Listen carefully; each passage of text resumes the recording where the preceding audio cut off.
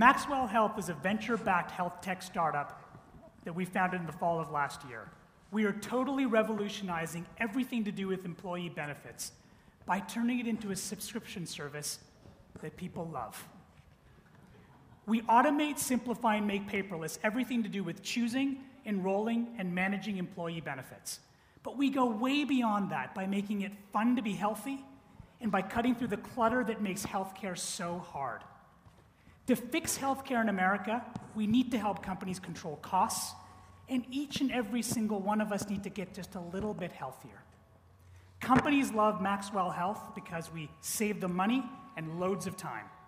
People love Maxwell Health because we treat them like rock stars. Take a look at the video. With Maxwell, you get great benefits at a manageable cost. Technology to simplify insurance, a time and money-saving healthcare concierge, and a wellness program that actually keeps your team healthy. The decision-making process for employees is made simpler by our lifestyle-based packaging system. Employees with families, who are single, or who lead particularly active lifestyles may have different benefits needs, and Maxwell makes it easy to choose what's right for them with an intuitive shopping experience. They can also enroll in dental and vision options, pre-tax financial benefits, 401k, life insurance, long-term disability, and other voluntary benefits. Plus, it manages payroll. With the Maxwell mobile app, employees can see all their health insurance info translated into plain English from the complicated documents your carrier sends us. Your team can also snap a photo of a confusing bill or an insurance claim and send it to the concierge, who will do all the work to resolve any conflict or payment problem for the employee. We also stream in fitness activity from their devices so they can see how they're doing and redeem rewards right from their phone. We raised our Series A round of funding in July of this year, and we've had tremendous traction since then. In fact, so much so that in a few weeks we'll close our Series B round of funding. Every few days now, a brand new company joins the Maxwell movement. In fact, just a few weeks ago, we rolled out the incredible TED conferences, and we got a standing ovation for benefits. That does not happen. And they have a very high standard for talks over there, as you can appreciate. We now work with the top benefits advisors in the country who license our technology for their clients. Ginger, Pando Media, Leaf use Maxwell to manage their benefits and keep their teams healthy. I've been an entrepreneur all my life. Dropped out of school when I was 20 to start up my first software company with my brother and co-founder Vinay. We built Control F1 and pioneered a lot of the early technology and IT help desk automation. Built it to 50 people, raised 12 million, sold it to Computer Associates in 2006. Vinay, who's been an innovator his whole life, barely finished high school, went on to the Media Lab at MIT to work in a world-renowned neuroscience lab for a couple of years, and then was recognized by MIT Technology Review magazine as one of the top 100 innovators in the world.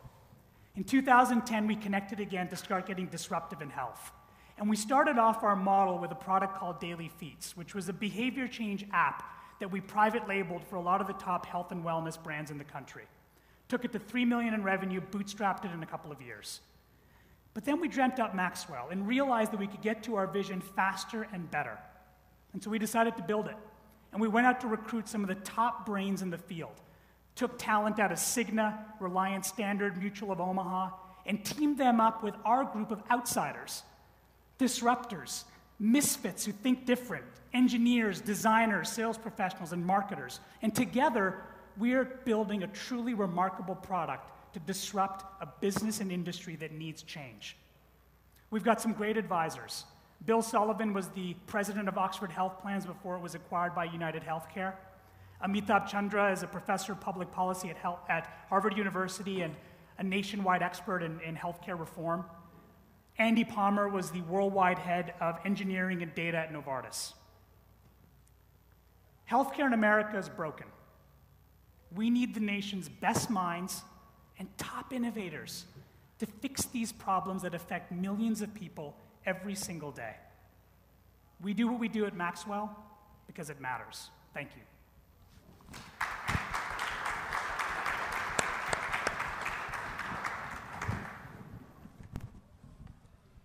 Good presentation. Missing some specifics. So, specific customers paying you what per month and why? Sure. What is the one use case that it seems like you're doing everything? Yep. So what's the most important use case? Those are my two questions. So a few things. A lot of what we've built exists in Fortune 5000 companies today because they spend millions of dollars on it. We've taken this and turned it into a subscription service for the small and medium-sized business, like they turn on Google and Basecamp and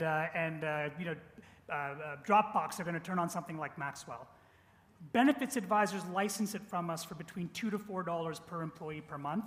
They bake that into their model and give it to those clients. The use cases are many and varied, and I know it sounds like we're solving a lot of problems, but in fact, the reality is we've solved these problems. We have dozens of customers across the country. We have hundreds of thousands of dollars in revenue, and we launched it in February. And the reason this is happening is because you have to solve the whole problem. So let me give you an example. Today, if you want to save money on healthcare, you typically move towards a higher deductible, lower premium model of health insurance. And that puts the burden on the consumer to think about how they spend their healthcare dollars. But the problem is that we don't know how to spend those dollars because there's no transparency in what anything costs. So when you come to Maxwell and you want to find a doctor, you can call our concierge, email them. We'll find you one in your neighborhood, within your network, compare the cost and the quality. We'll book the appointment and handle all the logistics. You show up at the doctor's office, show them your smartphone app with your benefits details on it. If you get a bill you don't understand, snap a photograph, send it to us. We'll explain it to you. And if it's wrong, we'll call the carrier, call the provider, and get your money back. So everything you just said, is that automated, or are there humans back there doing that? In some cases, there need to be humans. You got to like call what percentage is the breakdown? I'm trying to get specifics. Yeah, so we actually outsource our back-end concierge service. So they're available at a variable cost for us that's baked into the model. Some of the doctor lookups can be done automatically, but if you've got to call and dispute a claim, you've got to call and dispute a claim. But we do some interesting things with data because we've plugged in a lot of different moving parts in here. So as an example, a lot of companies will have health reimbursement arrangements. You take a debit card into the doctor's office and you swipe it. We can set up a system, we've got a toggle in our system that a CFO can set that says if anyone ever spends more than $700 at the doctor, automatically adjudicate that bill. That bill gets sent to our concierge without any human involvement at the company's side. It gets adjudicated and we report back to the CFO how much money we saved them. So this industry is not perfect. There's a lot of duct tape and glue that you need to put together to make it work. But what I know we can do is do it profitably and make it look damn good to the user every single day. Having suffered through existing online benefit services or ones that come before yours, I can attest to the fact that they are terrible, and most of them feel like they're 97, so I appreciated the way it looked. I'm curious, though, on that note, do you find are you mostly sort of trying to attack the market, like underneath? You said small to medium-sized businesses that haven't historically used a service like this, or are you finding that you're going after sort of entrenched markets? I know how hard it can be to replace an existing service like yours. We're typically not replacing anything except for paper, and frankly, nothing. It's interesting, when we deploy Maxwell, within hours, the concierge service gets used. Within hours, the wellness program gets used, mainly because there's just pent-up demand for this. All of us have it. We have stacks of papers sitting at our desks that we're supposed to deal with to figure out a bill we're supposed to pay. So the demand is there, and that's what's remarkable about this, is that we're sitting on a gigantic opportunity. If you fast forward 2 years from now and look back, every company will have something like Maxwell.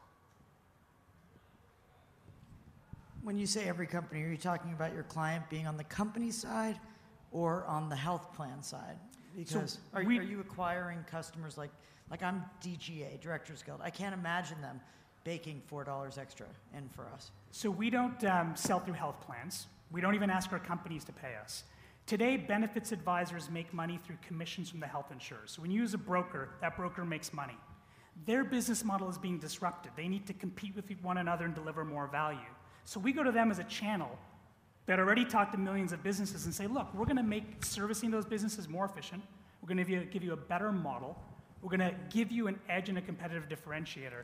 And they're more than happy to pay us that money to stay in business and be successful.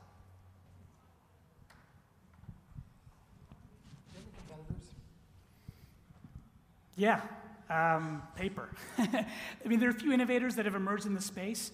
There are mainly legacy players, sort of vintage pre-2010 companies built on old stacks of technology that for the most part have tried to automate everything before the enrollment process and have not become consumer-focused. We've said that the real challenge of healthcare is every day when you're engaging with healthcare. That's the hard part. And we've been able to take advantage of this consumerism to build a better experience. And that's where I think we've got a pole position. Thank you.